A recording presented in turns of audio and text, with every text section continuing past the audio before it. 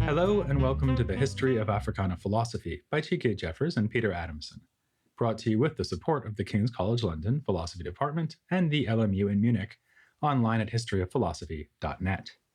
Today's episode, A Race Capital, the Harlem Renaissance. 26 novels, 10 volumes of poetry, 5 Broadway plays, countless essays and short stories, 3 performed ballets and concerti, and a considerable output of canvas and sculpture.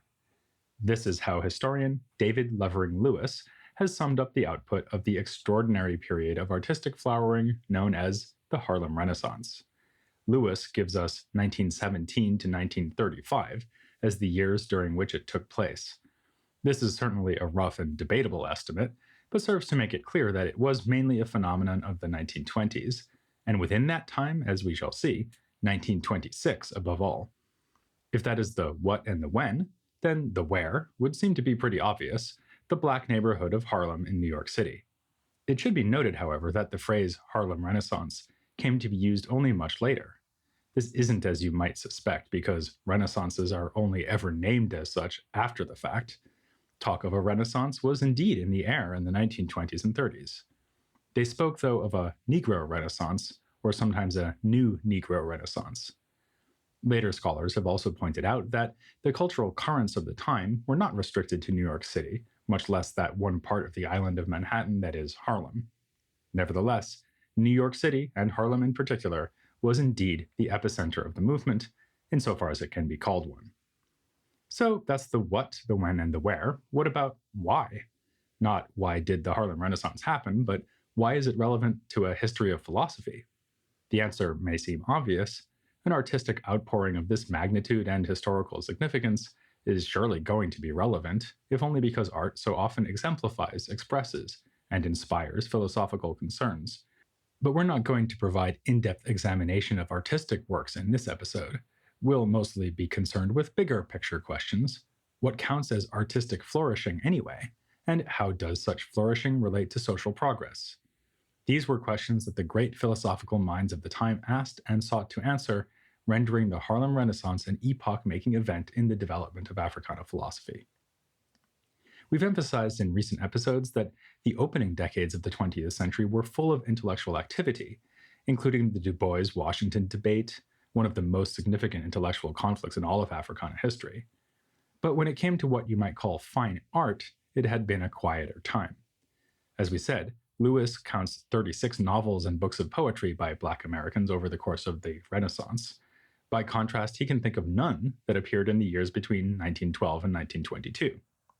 1912 saw the appearance, before this fallow period, of The Autobiography of an Ex-Colored Man, anonymously published by James Weldon Johnson. Born in 1871 to a Bahamian mother and American father in Jacksonville, Florida, Johnson studied law and became a diplomat during Theodore Roosevelt's administration.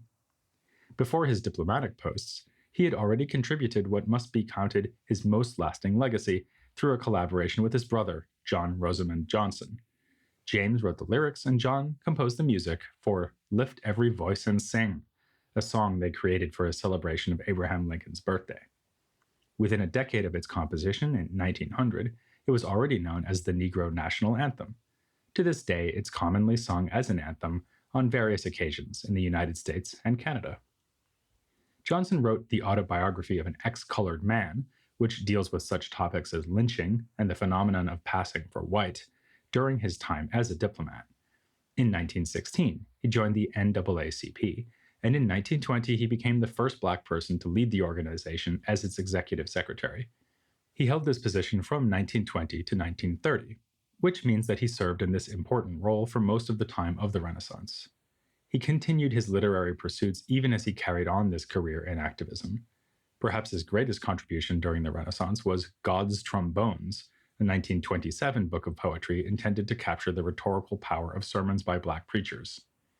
Actually, when Lewis cites 1922 as the next year after 1912 in which a significant book of fiction or verse was published, he's wrongfully overlooking Johnson's first collection of his poetry, entitled 50 Years and Other Poems, which was published in 1917.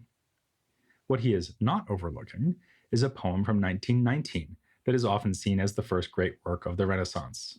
This is If We Must Die by Claude McKay, who first came to the United States from Jamaica in 1912 and began studying at Tuskegee before eventually ending up in New York City. He published If We Must Die in The Liberator, a monthly socialist magazine that he co-edited, and then included it in a collection of his poetry, Harlem Shadows. And it's this book that Lewis has in mind as breaking the black silence of 10 years. It was also anthologized in the same year by none other than James Weldon Johnson in his first-of-a-kind compilation of great black verse, the Book of American Negro Poetry. If We Must Die was written in response to the Red Summer. This was the name given to the summer of 1919 on account of violent race riots that erupted in a number of cities and towns across the US, most famously in Chicago. Many black people died at the hands of white mobs that summer and stretching into the fall, but there were some white deaths too, as black people fought back. McKay's poetic response encourages such resistance, announcing a new spirit of militancy in the face of white terror. Here's the poem in its entirety. If we must die, let it not be like hogs, hunted and penned in an inglorious spot, while round us bark the mad and hungry dogs, making their mock at our accursed lot. If we must die, oh, let us nobly die, so that our precious blood may not be shed in vain. Then even the monsters we defy shall be constrained to honor us, though dead. O kinsmen, we must meet the common foe. Though far outnumbered, let us show us brave, and for their 1,000 blows deal one death blow. What though before us lies the open grave? Like men, we'll face the murderous, cowardly pack, pressed to the wall, dying, but fighting back. In its lyrical audacity, this poem exemplifies the spirit of the so-called New Negro, a phrase that came to officially symbolize the Renaissance once the professional philosopher Alain Locke edited a book entitled just that, The New Negro, in 1926. But this event did not come out of nowhere after another 4-year pause in the action. Several landmark publications of the early 1920s added sparks to the growing blaze of creativity. These included Jean Toomer's 1923 book, Cain, a modernist masterpiece made up of short fiction and poetry. Significantly, the first novel of the Renaissance, not counting Cain given its defiance of genre, was by a woman writer, Jessie Redmond Fawcett. She served as literary editor for the NAACP's magazine, The Crisis, under the general editorship of Du Bois. In 1924, she published There is Confusion, which is remarkable for featuring middle-class black characters at a time when the black middle class was little recognized by the American popular imagination. In light of this growing body of work, 2 magazines associated with civil rights organizations, the NAACP's Crisis and the National Urban League's magazine Opportunity, announced contests for literary prizes.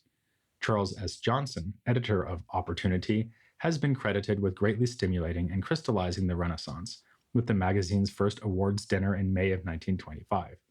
Award winners included some of the biggest names of the Renaissance, such as Langston Hughes, Zora Neale Hurston, and Countee Cullen. All this stands in the background of the events of 1926, which will be our focus for the rest of this episode because of the philosophical dimensions of the happenings of this pivotal year.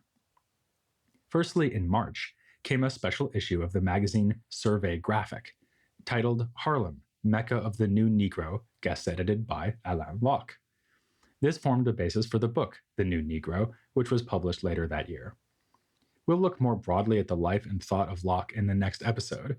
What matters for now is what Locke had to say about there being such a thing as New Negro, about the importance of Harlem, and what all this had to do with art and social progress. So, beyond what, when, where, and why, we now have another question to add to our list: who? Who, that is, was the New Negro, as opposed to someone else called the Old Negro? For Locke, this was, among other things, a contrast between more and less real beings. He said that the Old Negro had long become more of a myth than a man. Locke describes this figure as a creation of moral debate, someone to be kept down or helped up. In this way, the Old Negro might be seen from different angles within a political conflict, but each angle revealed only a constructed image to fight over, not an active force in the conflict. Nor was the old Negro purely the product of white imaginations. There was black complicity in his creation because African Americans had been led by a lack of independence to engage in a sort of protective social mimicry, a critical reference that recalls ideas we've seen before, like William Ferris's contrast between imitative and reflective beings. The old Negro can therefore be defined as a passive reflection generated by a situation of dependence. The new Negro, by contrast, is not so much a completely new being as a being newly seen, someone no longer obscured by the projections of others. To be new in this sense is to be a recognizable subject rather than an object, an agent rather than something acted upon. Key to this transformation for Locke is the historical process that has come to be known as the Great Migration, the arrival in northern cities of Black migrants from the rural South in massive numbers. The process had gotten underway during the 1910s, and its effects were very clearly noticeable by 1926. Locke does not just remark upon this process, he actively glorifies it. The wash and rush of this human tide on the beach line of the northern city centers is to be explained primarily in terms of a new vision of opportunity, of social and economic freedom, of a spirit to seize, even in the face of an extortionate and heavy toll, a chance for the improvement of conditions. Locke thus sees this geographical shift as the concrete embodiment of the disappearance of the old Negro, the shift from passive object to active subject. This brings us back to the where and the when. It was in large part the Great Migration that put Harlem in the Harlem Renaissance and made it happen in the 1920s. But of course, migrants from the South came to many northern cities, not only New York. Another significant source of demographic change in New York in particular was the arrival of people from the Caribbean, something we've already seen through the stories of figures such as Hubert Harrison, Marcus Garvey, and indeed the aforementioned Claude McKay. Locke writes, "Here in Manhattan is not merely the largest Negro community in the world, but the first concentration in history of so many diverse elements of Negro life. It has attracted the African, the West Indian, the Negro American, has brought together the Negro of the North and the Negro of the South, the man from the city and the man from the town and village, the peasant, the student, the businessman, the professional man, artist, poet, musician, adventurer and worker, preacher and criminal, exploiter and social outcast." Locke acknowledges that this cosmopolitan mix results from segregation. It was, after all, a concentration brought about by the fact that Black New Yorkers could not simply live anywhere they wanted. Nevertheless, it was a concentration rich with possibilities. Locke put it this way: "In Harlem, Negro life is seizing upon its first chances for group expression and self-determination. It is, or promises at least to be, a race capital." With this grand ideal, Locke contextualizes the poetry and prose collected in the book he edited under the title of The New Negro. He describes the hope that a rehabilitation in world esteem will develop out of the revaluation by white and black alike of the Negro in terms of his artistic endowments and cultural contributions past and prospective. The contributions of the past to the development of American culture in the South are worthy of recognition, but the new situation brings a fresh opportunity to actively reshape the country. As Locke puts it, using the notion of a special gift introduced by figures like Du Bois, a second crop of the Negro's gifts promises still more largely. He now becomes a conscious contributor and lays aside the status of a beneficiary and ward for that of a collaborator and participant in American civilization. Locke's special issue of Survey Graphic and his book, The New Negro, were only two of the important events of 1926. There was a second awards dinner organized under the aegis of the magazine Opportunity. Langston Hughes, arguably the greatest star of the Harlem Renaissance, published his first book of poetry, The Weary Blues. It features many of his most famous poems, including The Negro Speaks of Rivers, which is here dedicated to Du Bois. Even more significant for our purposes is an essay by Hughes titled The Negro Artist and the Racial Mountain, published in the weekly political magazine The Nation. It appeared in the June 23rd issue, 1 week after The Nation published a very striking essay by George Schuyler called The Negro Art Hokum. Without mentioning Schuyler by name, Hughes clearly responds to and rejects what he has to say. As a result, these two essays constitute what might be the most fascinating philosophical debate of the Renaissance, touching on fundamental issues of racial identity, class status, and, as with Locke's introduction to the new Negro, the question of art's purpose. Schuyler's piece denied that there was a renaissance in Black art going on in Harlem or anywhere else in the United States. This is not because he held recent work by Black artists in low regard, but because he thought the category of Black art made no sense in the context of the United States. Negro art there has been, is, and will be among the numerous Black nations of Africa, wrote Schuyler, but to suggest the possibility of any such development among the 10 million colored people in this republic is self-evident foolishness. Any art arising from these people could only logically be classified, according to Schuyler, as American art. His point went beyond the truism that such art is American because the artists come from America. As he put it most bluntly, the Afro-American is merely a lamp-blacked Anglo-Saxon. In other words, there is no separate Black art that can come out of the American experience because the Black American is culturally American. He writes, "As for the literature, painting, and sculpture of Afro-Americans, such as there is, it is identical in kind with the literature, painting, and sculpture of white Americans. That is, it shows more or less evidence of European influence. The dean of the Afro-American literati is W.E.B. Du Bois, a product of Harvard and German universities. The foremost Afro-American sculptor is Meta Warwick Fuller, a graduate of leading American art schools and former student of Rodin, while the most noted Afro-American painter, Henry Ossawa Tanner, is Dean of American Painters in Paris and has been decorated by the French government." One might naturally ask, what about music? After all, it's hard to imagine a more distinctive cultural form than African American music, and that was already true in the 1920s.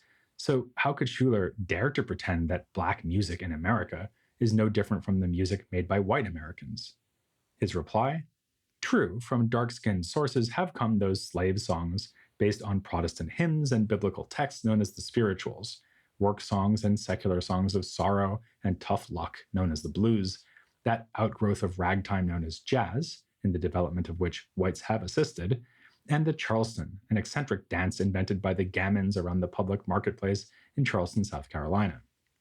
No one can or does deny this, but these are the contributions of a caste in a certain section of the country. They are foreign to Northern Negroes, West Indian Negroes, and African Negroes. Schuyler thus rejects the category of Black art, even in the case of Black music, because it erases the cultural difference between different peoples who all happen to be Black. This is a kind of aesthetic refusal of the ideology being touted at this very period by Marcus Garvey and his followers, which insisted upon the unity of all people of African heritage. The very idea that there could be a renaissance in Black art, in Schuyler's view, had its roots in nothing other than good old-fashioned racism. This nonsense is probably the last stand of the old myth palmed off by Negrophobists for all these many years, that there are fundamental, eternal, and inescapable differences between white and Black Americans.